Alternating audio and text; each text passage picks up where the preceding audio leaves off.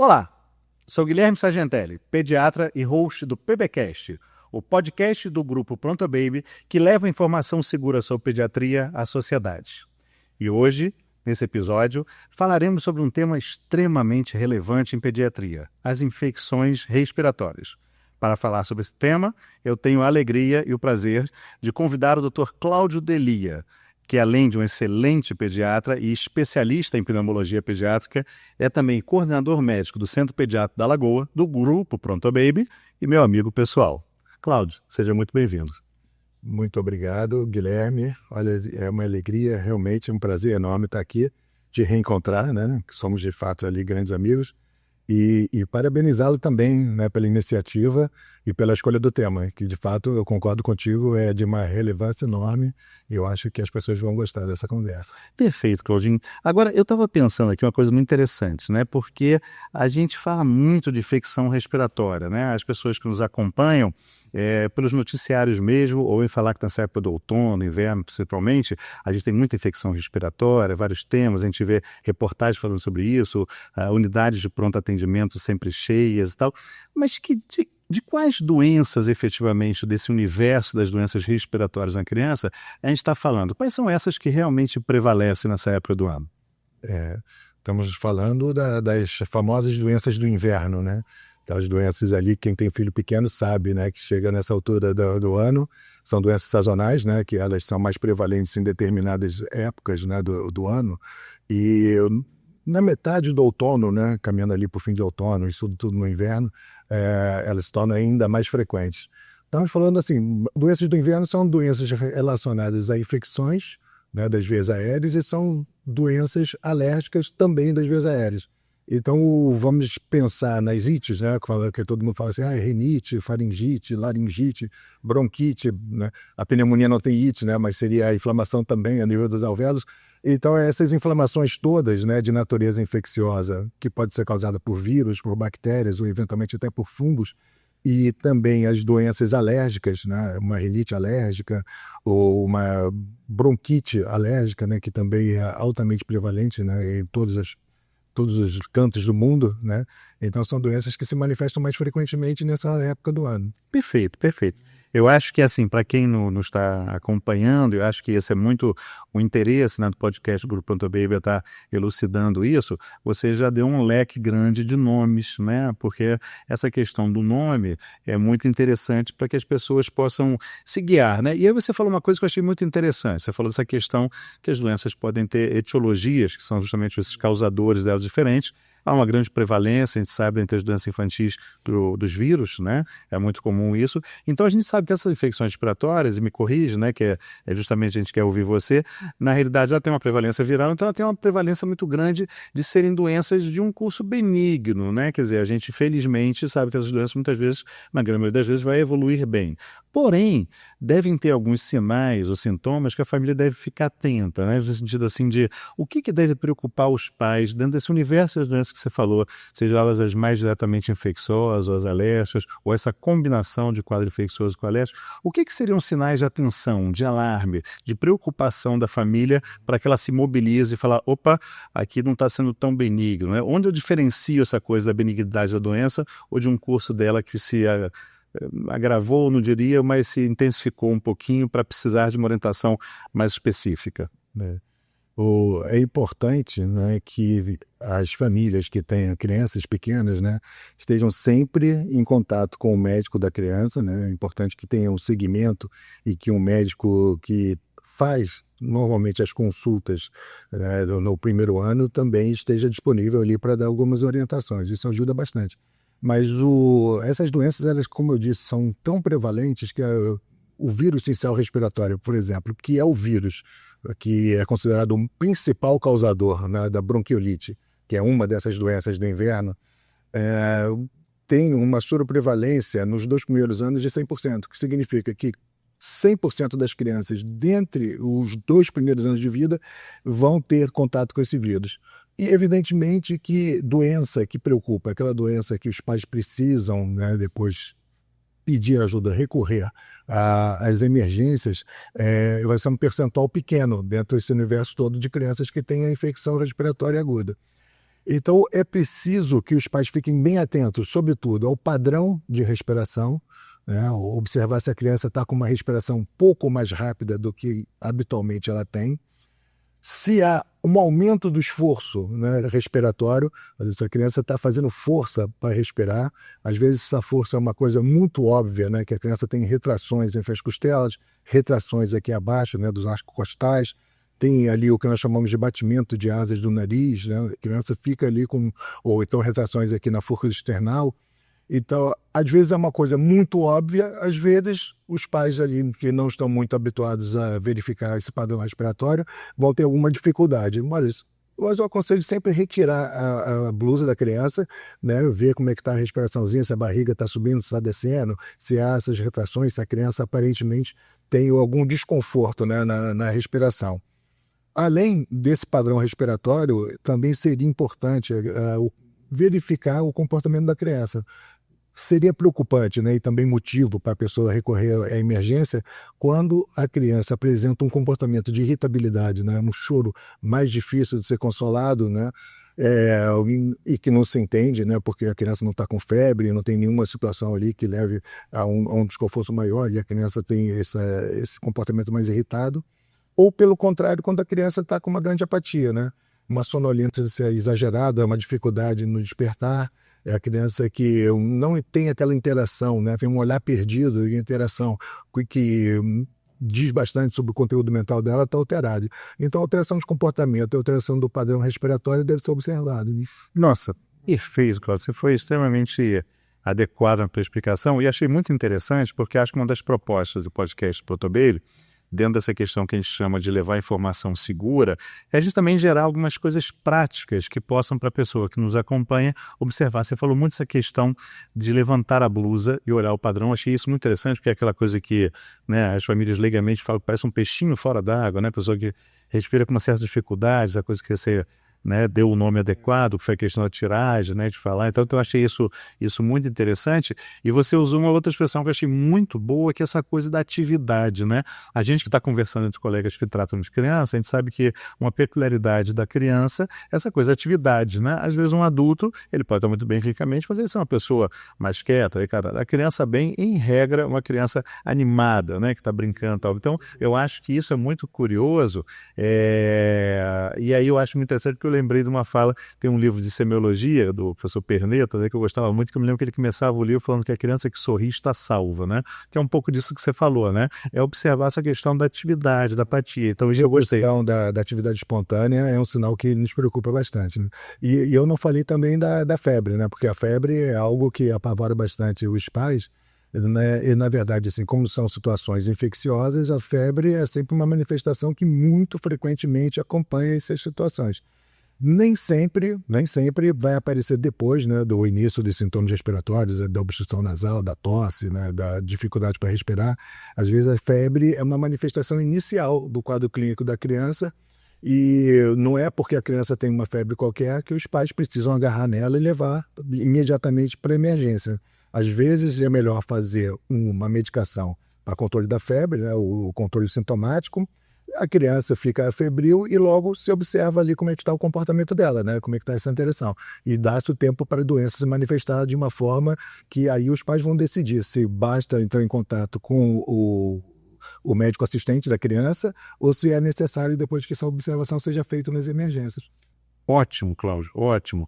E é interessante que você foi tão completo, né, nessa tua colocação, que você se antecipou ao que eu ia perguntar, mas que eu acho interessante ser mantido assim, essa pergunta, porque eu brinco que é aquela coisa é o resumo da aula. Se a aula teve vários slides e na realidade eu não prestei tanta atenção, qual é aquele slide que a gente finaliza? E aí dentro disso é com que pergunta? Coisa que você falou agora do seguinte: quando então que a família deve... Vou segurar um pouquinho, vou medicar café, você falou, vou acompanhar um pouco esse cansaço, para ligar logo para o pediatra ou para falar, não, opa, eu acho que eu tenho que correr na emergência, entendeu? Nesse momento que a pessoa que nos ouve está em casa falando, bom, entendi, mas meu filho está meio...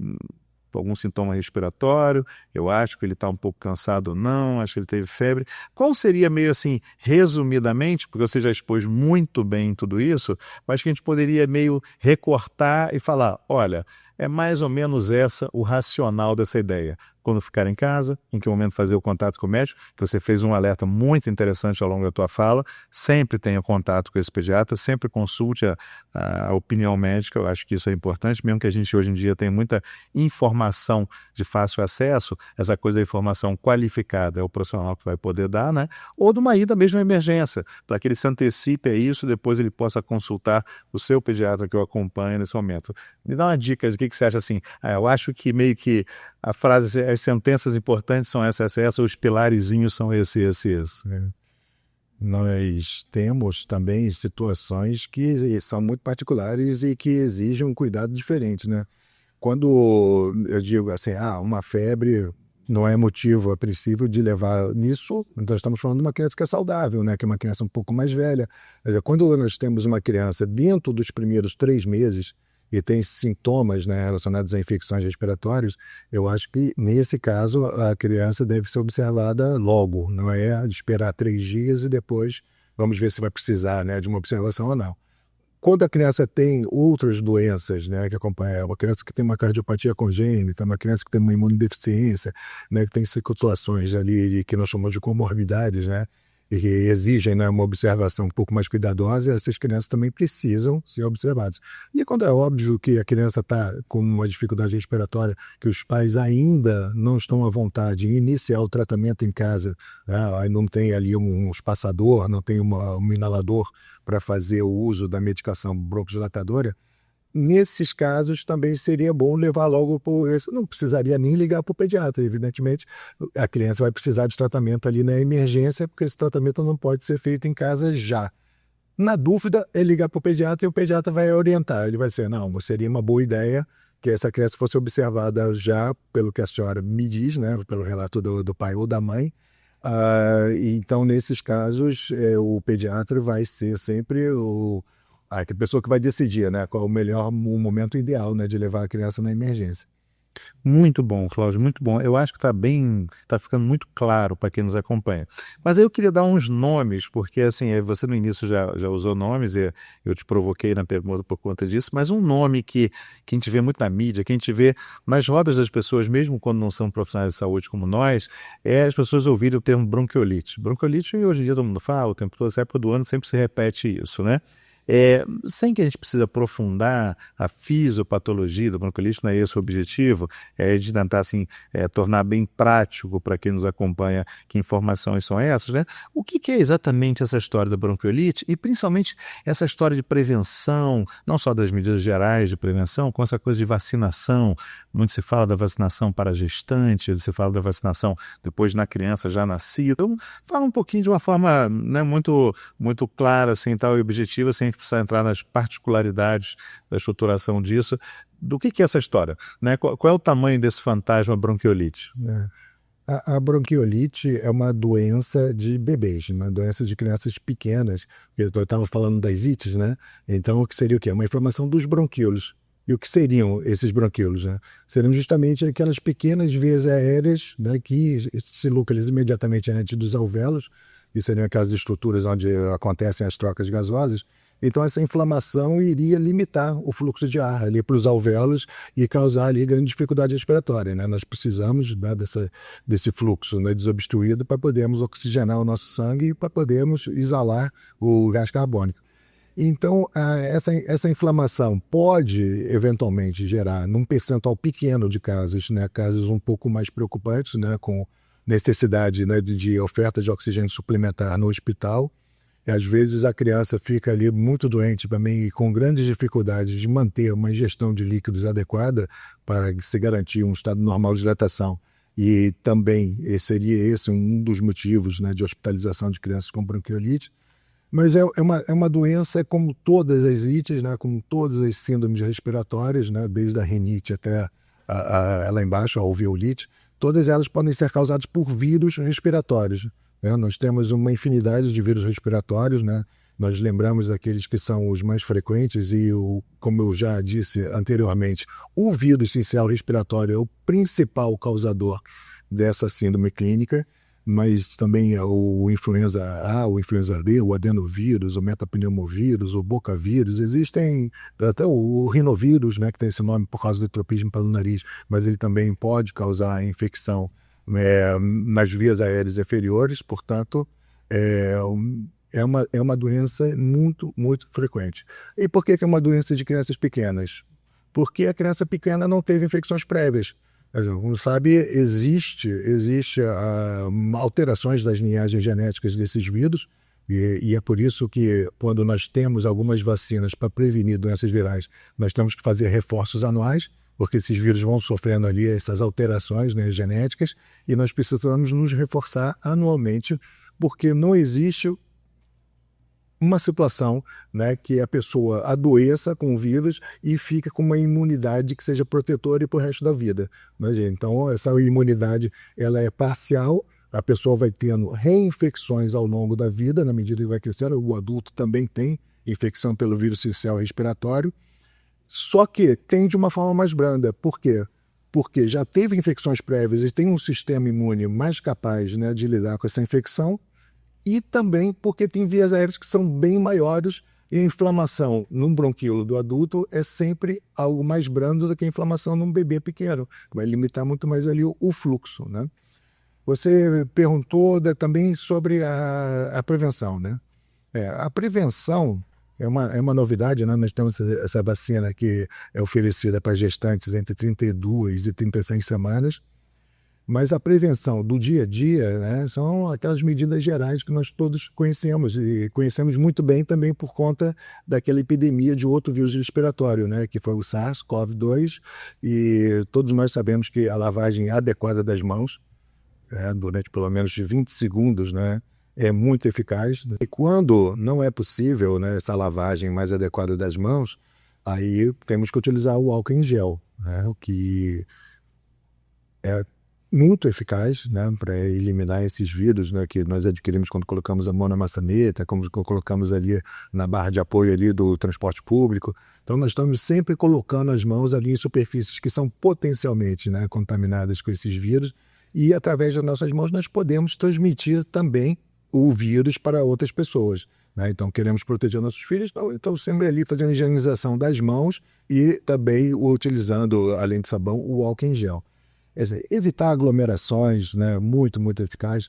Esse aumento, né, das doenças durante o outono e inverno é também por conta dos comportamentos que são habituais nessa época do ano, né? A temperatura está um pouco mais fria, nós fechamos as janelas, são ambientes ali que circulam menos ar, há mais aglomeração. Então, evitar, né, sobretudo quando a pessoa está com algum sintoma respiratório, evitar que seja frequentado, né, esses ambientes, né, com várias outras pessoas, você vai também evitar a transmissão desses vírus respiratórios. E mais especificamente em relação às vacinas e os imunobiológicos, nós já temos agora o licenciamento de vacina, né, para ser utilizada pelas grávidas entre a 32ª e a 36ª semana de gravidez, que vai conferir, né, uma proteção passiva, né? A mãe, ao ser vacinada, vai depois transferir esses anticorpos, que são depois sintetizados a partir ali da inoculação da vacina, e vai transferir ao seu filho, e aquilo é uma medida muito importante também de proteção. E para grupos especiais, né, grupos que são considerados de risco, né, nós temos ainda o Palivizumab, temos um anticorpo monoclonal que vai ser agora uma grande novidade, vai ser oferecido ali uma dose única, mas por enquanto disponível ainda só o Palivizumab, que vai ser oferecido ali para crianças com imunodeficiência, crianças que têm doença, né, pulmonar crônica da prematuridade, crianças que têm cardiopatias congênitas, então aqueles grupos que podem ter doença mais grave, inclusive crianças com síndrome de Down. Então é também uma forma importante de prevenção. Excelente, Cláudio, excelente, e por isso que a gente fala tanto que essa informação que o podcast leva, ela é segura, né? Segura e qualificada. Foi perfeita a tua explicação. E aí eu lembrei de uma coisa muito curiosa, a gente está falando de nomes, né? Falamos bastante agora de bronquiolite, quer dizer, você expôs brilhantemente sobre bronquiolite, mas eu acho muito interessante, foi uma coisa que a gente já ouviu diversas vezes, é quando a gente está se referindo a um paciente com asma, né? E aí a asma também é uma doença que tem uma prevalência essa época agora, tal, as crises asmáticas, e você no início falou muitas doenças alérgicas, que é aquela coisa assim de que você fala, não, então seu filho tem asma? Não, meu filho não tem asma, meu filho tem bronquite, né? Então, como é que é essa história de quem é asma, quem é bronquite, e quando, no caso dessa asma, e a relevância do acompanhamento com o alergista também, né? Porque você falou muito da questão da alergia, das infecções, alergias, desse binômio que anda tão junto, né? Fala rapidamente sobre isso, que depois eu quero te trazer 2 perguntas de pessoas que sabiam que eu ia entrevistar você e que me fizeram perguntas para encaminhar aqui. Maravilha. Então, a asma, até algum tempo atrás, né, era sempre um diagnóstico que as pessoas evitavam de fazer quando a criança era muito pequena. Né? Chamavam das mais diversas formas, chamavam de broncoespasmo mediado por infecção respiratória, por viroses, e evitavam dar o nome asma. Né?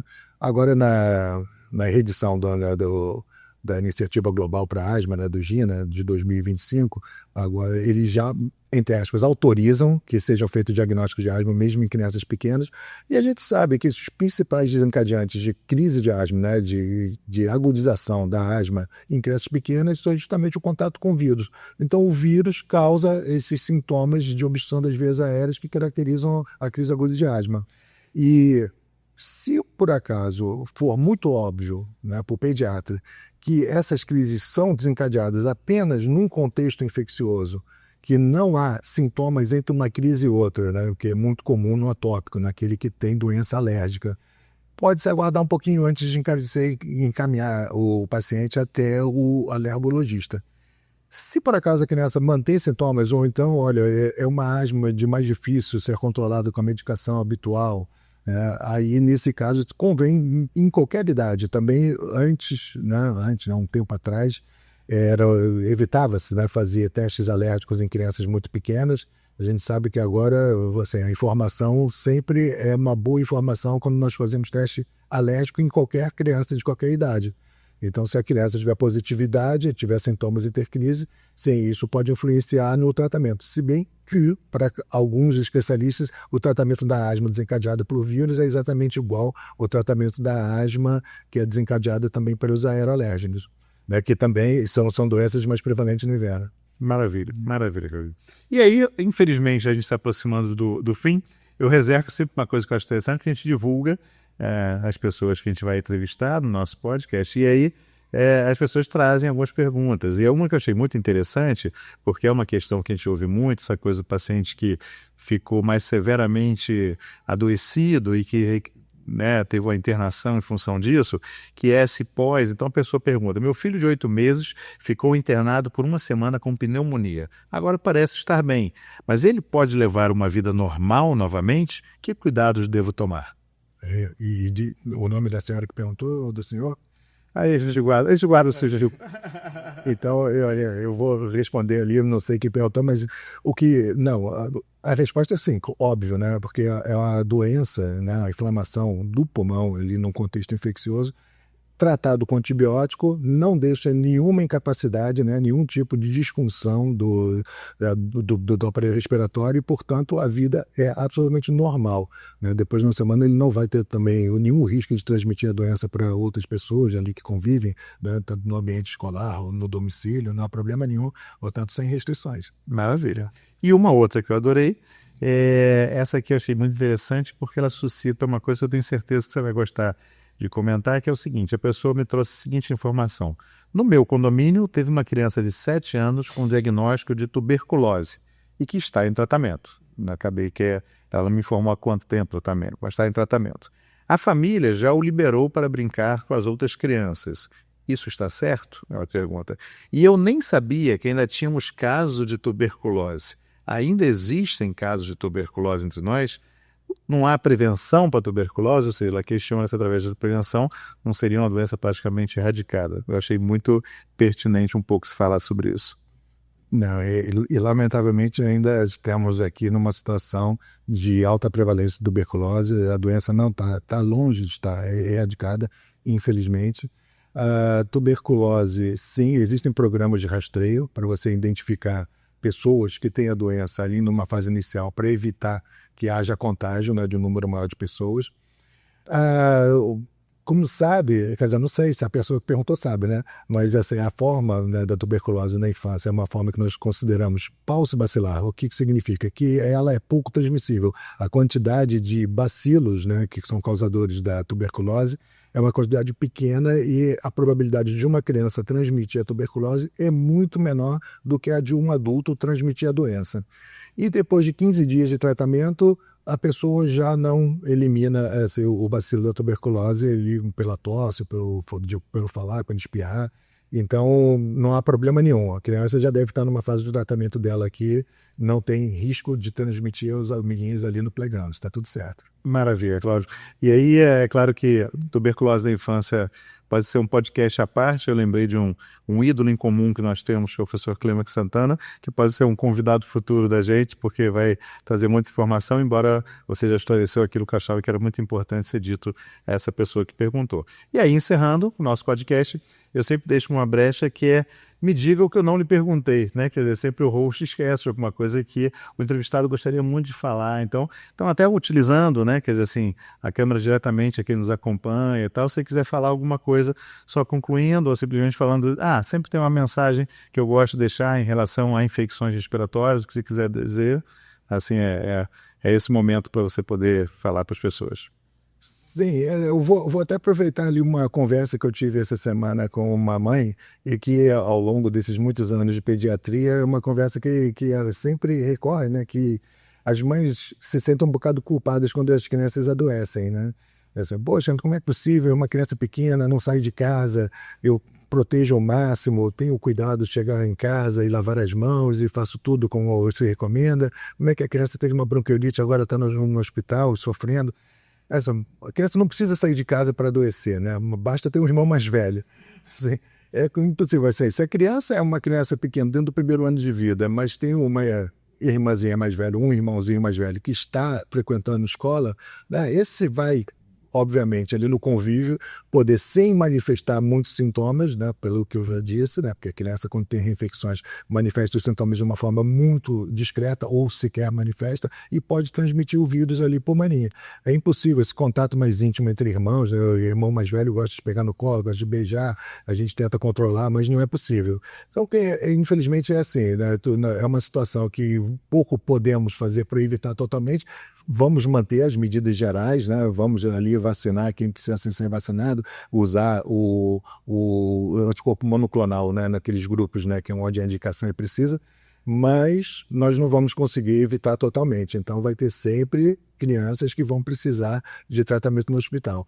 A boa notícia é que a maioria dessas crianças também superam a doença muito bem, não tão benignamente como você disse no início, muito, né? Porque se precisasse, se não precisasse estar no hospital, e sim, seria uma doença ali bem benigna.